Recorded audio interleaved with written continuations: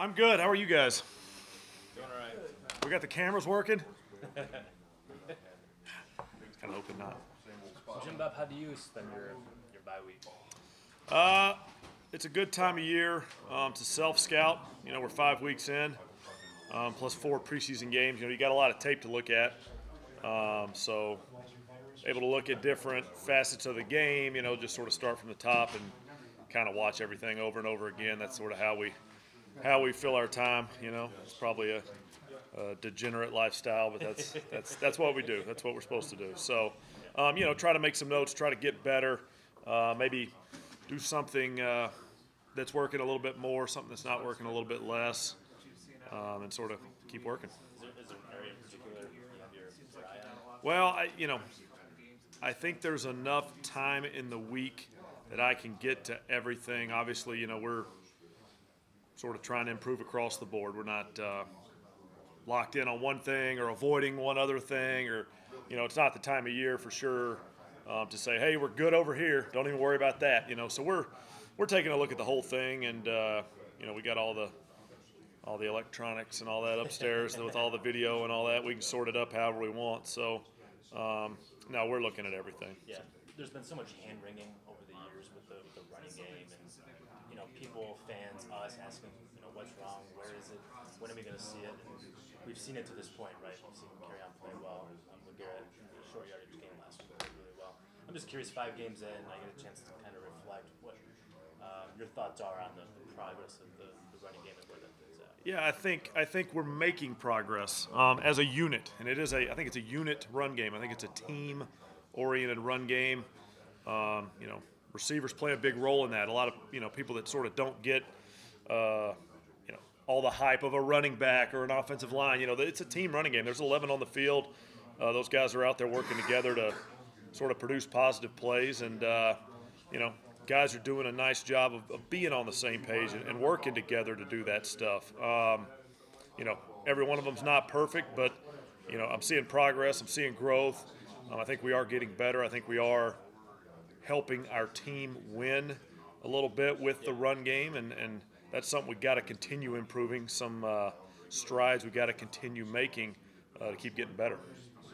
You learned as a play caller, what has it opened up as a play caller, having the ground game working for you? Yeah, I've said it multiple times over the years. When you sort of break the huddle, you're at the line of scrimmage, and the defense really isn't sure, is it a run or is it a pass? That's a pretty good position for an offense to be in. So, you know, if you're making yards on the ground, you're making yards throwing the ball, you're a little bit of a dual threat there for the defense.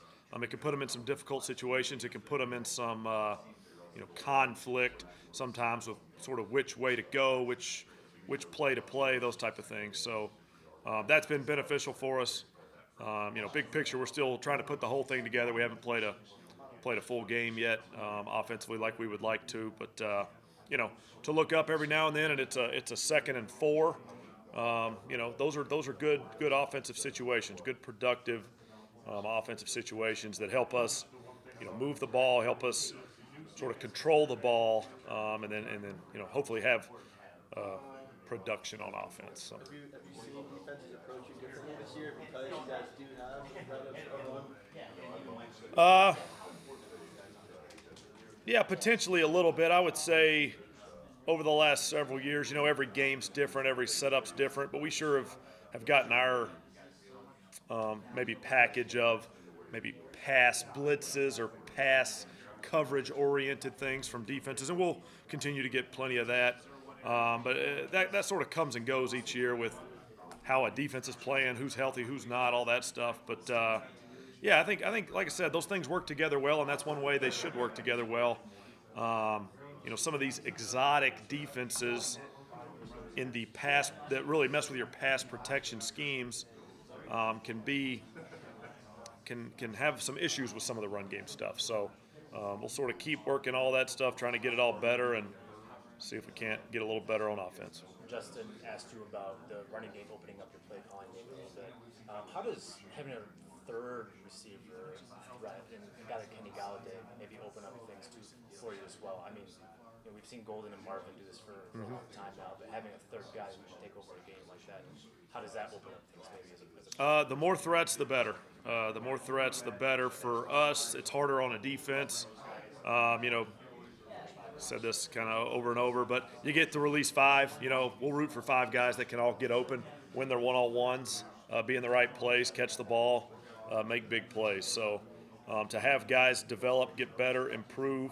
There's other guys on this offense that are improving, that are factors out there that are having a good year. That does have value. That does force a defense to make some decisions with how they want to play certain coverages, how they want to maybe call their game, having to worry about multiple people out there, sort of catching the ball, running the ball, that type of thing. I think we all expected. We're getting less stuff. I mean, there's cameras going, there's mics So going. upset about it. I think we all expected Kenny to make some level of leap this year, but have you been surprised in any way about the level of consistency and the smaller things that he's doing consistently well that's allowed him to have this start to the year? I would not say I'm surprised because I get to see him work every day. I get to see him around the building here, working hard, taking notes in the meetings, learning. Go out to the practice field. For a young guy, sometimes you do something a little bit wrong. You come in the next day, you correct it in a meeting. Kenny does a nice job making those corrections and sort of improving as he goes. Coach Prince does a heck of a job with him, doing a lot of the fundamental things, a lot of the receiver skill-based things to improve. So continues to get better. We're going to keep pushing him to get better and everybody on our offense. But I wouldn't say I'm surprised because he's going about his business the right way. He's working hard, and that should lead to improvement. Have you seen defenses shift the way they're covering him in particular through 5 weeks? Every game's a little bit different. I think Stafford said it the other day. It really is what opponent we're playing, what their coverage scheme is, what players they have, who's healthy, who's up, who's down. It really has been a little bit of a different plan each week, which is kind of fun for us. It's a good opportunity for us to put our plan together and then be ready to adjust when we get to the game, and that's something that I think we try to work hard at doing. Not always perfect, but it's a little bit different every week. And like I said, the more threats you have on the field, let's just talk pass game. If there's 5 threats out there to the defense, they got to work pretty hard to cover all 5. So the more we can get guys out there that are going to win, separate, get open, catch the ball, the better. What did you think of Kenny's stiff arm of Clifton Dix?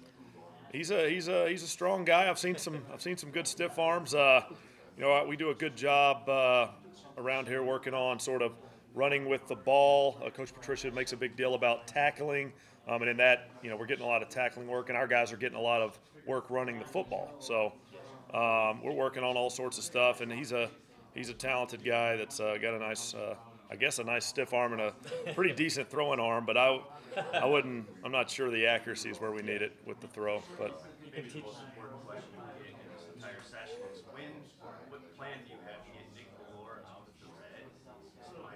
-5 receiving yards. Yeah. He's pretty eager about that. yeah, he had a Have something in store for him. pretty dynamic start to his season there. That's a big part of this week. You got a week. We're gonna figure it out. Nick does a nice job. Obviously, transitioning the way he's done over the last year, becoming a fullback, playing quite a bit for us, doing a lot of the dirty work in there, really doing a nice job on some of those plays. He's got areas to improve like we all do, but I'm sure we'll expand his route tree pretty dramatically moving forward. All the opposing defensive coordinators can sort of make that note, asterisk it, circle it, make sure they're prepared for that.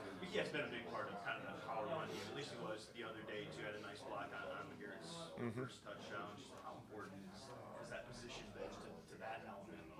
Yeah, I think it has been important. Sometimes, fullbacks, like I said earlier, do a lot of the dirty work.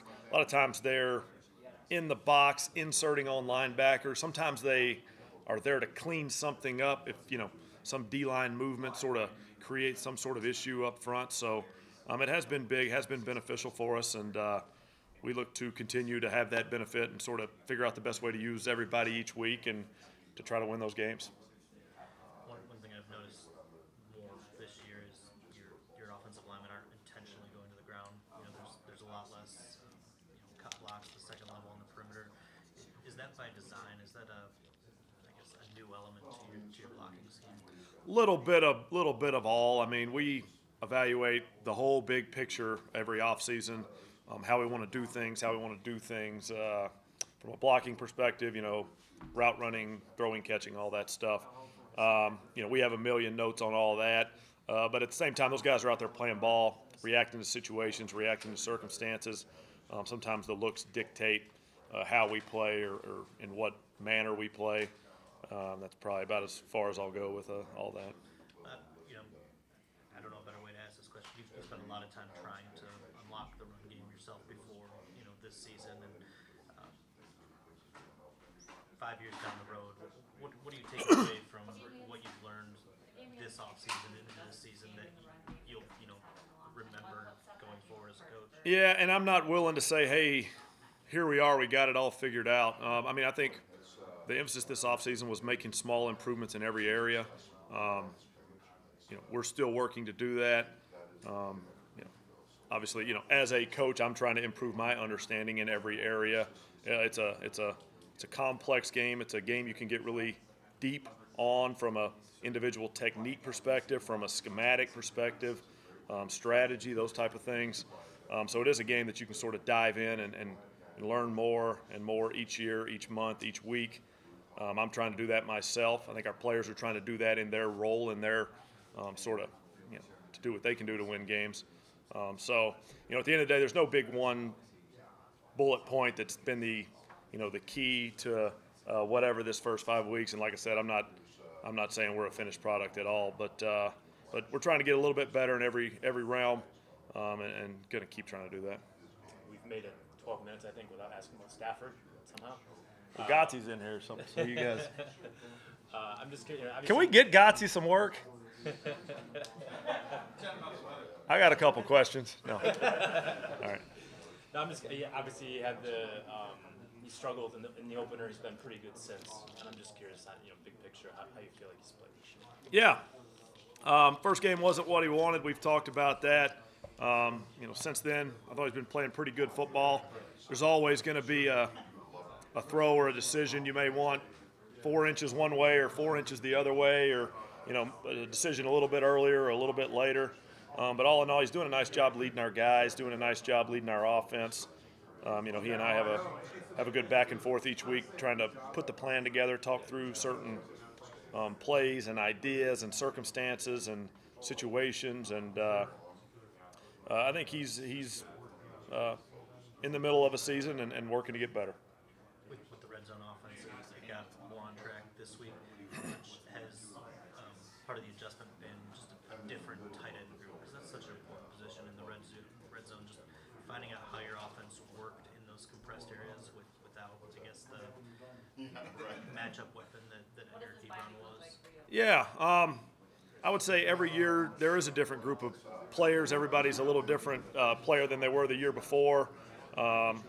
It's on us to evaluate those guys and put them in the best position. So as far as that goes, that's probably true for all 11 of our guys on offense. Where are we at now? How good are we playing? What are our strengths this year? What is each individual player doing well this year? How are defenses playing us because of that? At the end of the day, felt we had some improvement to make in the red area. Even last year, going to this year, I still think we have improvement to make.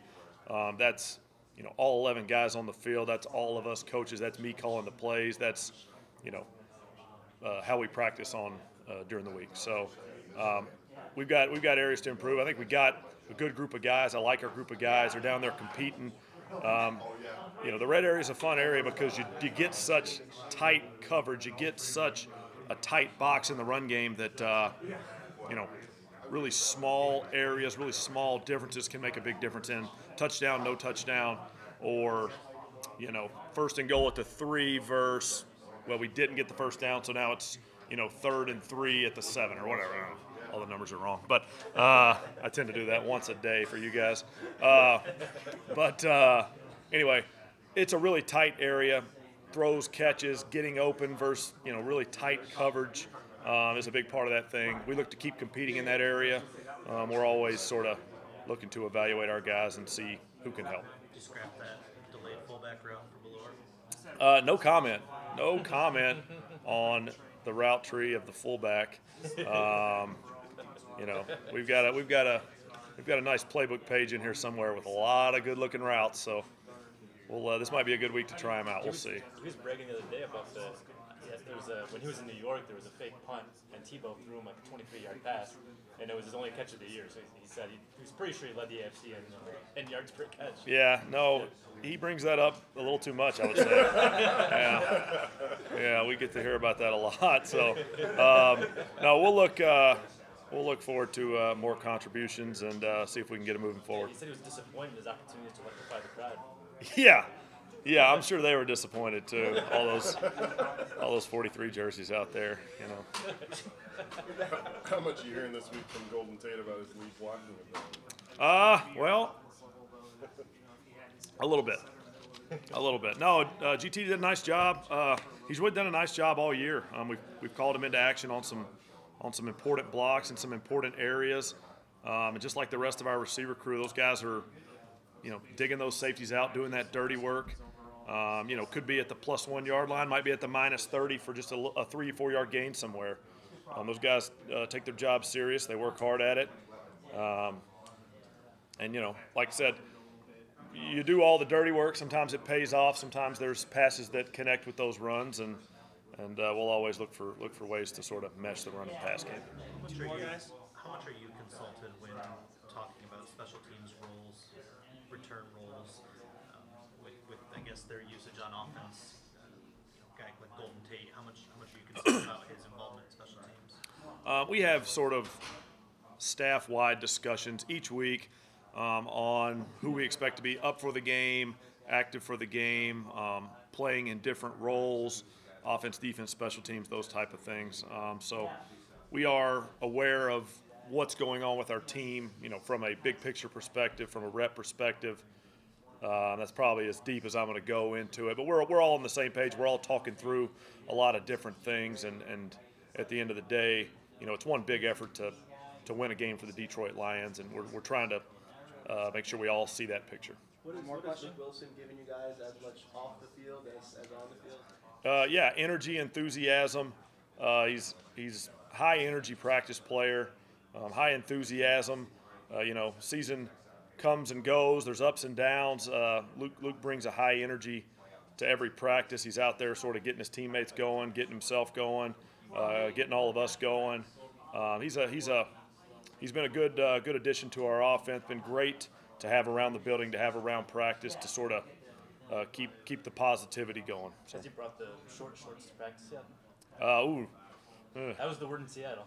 Yeah, I don't know. You guys are out there. Got all these cameras and stuff. You get to zoom in. I don't know that I've seen them, but I try not to pay attention too much to them. If I can just ask real quick about a practice squad player, I didn't know doing this, but just Hakeem Velez, what is he maybe brought character-wise or football-wise? Yeah, Hakeem does an excellent job. Fully, studies his role every week, studies the roles of everybody in that tight end room every week. He's prepared for whatever we throw at him. He's prepared to take on any role we give him, and he handles his business in an extremely professional way. All right, thanks, guys. Thanks, Jim Bob. All right, have a good one.